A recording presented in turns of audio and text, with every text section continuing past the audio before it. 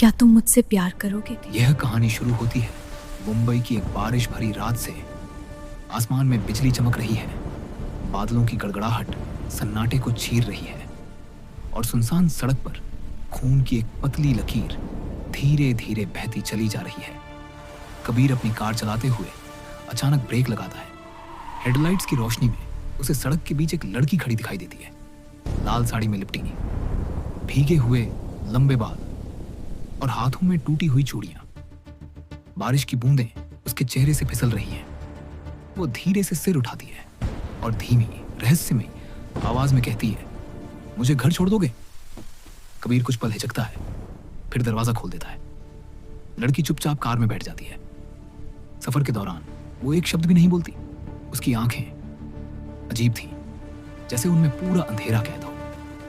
कुछ देर बाद वो शहर से दूर एक पुरानी हवेली के सामने कार रुकवाती है। हवेली वीरान है, टूटी दीवारें, जंग लगा गेट। लेकिन जैसे ही वो उतरती है, भारी दरवाजा खुद ब खुद चरमराहट के साथ खुल जाता है। अंदर मोमबत्तियां जल रही हैं, जैसे कोई उनका इंतजार कर रहा हो। कबीर घबरा कर पूछता है, तुम्हारा नाम? वो हल्की मुस्कान के साथ जवाब देती है, आन्या। अचानक तेज हवा चलती है, दरवाजे जोर से बंद हो जाते हैं। क्या तुम मुझसे प्यार करोगे? क्या तुम मुझसे प्यार करोगे, चाहे मैं जैसी भी हूं? कबीर धीरे धीरे उसकी ओर बढ़ता है, उसके चेहरे को छूने के लिए हाथ बढ़ाता है और तभी उसकी उंगलियां खून से भीग जाती हैं।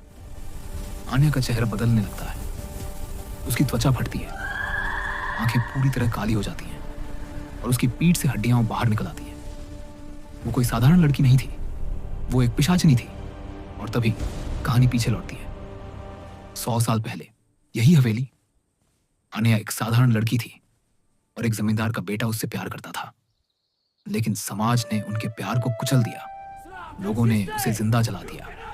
मरते वक्त उसने कसम खाई, मेरा प्यार अधूरा रहा, हर जन्म में मैं अपने प्यार को ढूंढूंगी और जो मुझे ठुकराएगा उसका खून बहाऊंगी।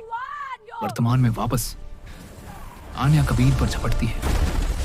उसकी ताकत इंसानी नहीं थी। कबीर दीवार से जा टकराता है, पूरी हवेली कांपने लगती है। तभी कबीर की गर्दन में बड़ा लॉकेट अचानक चमकने लगता है।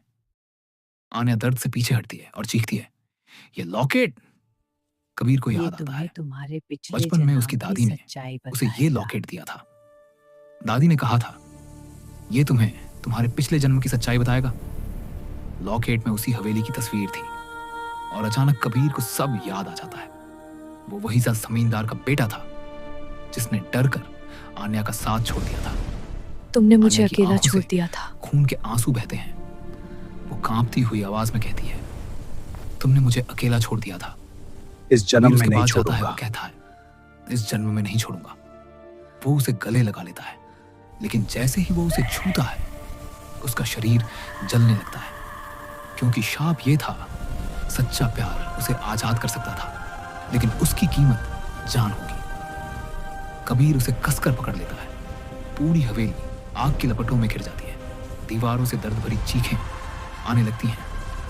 आन्या चीखती है, छोड़ दो, तुम मर जाओगे। कबीर मुस्कुराकर कहता है, इस बार प्यार अधूरा नहीं रहेगा। इस बार प्यार अचानक एक तेज रोशनी फैलती है और सब कुछ शांत हो जाता है।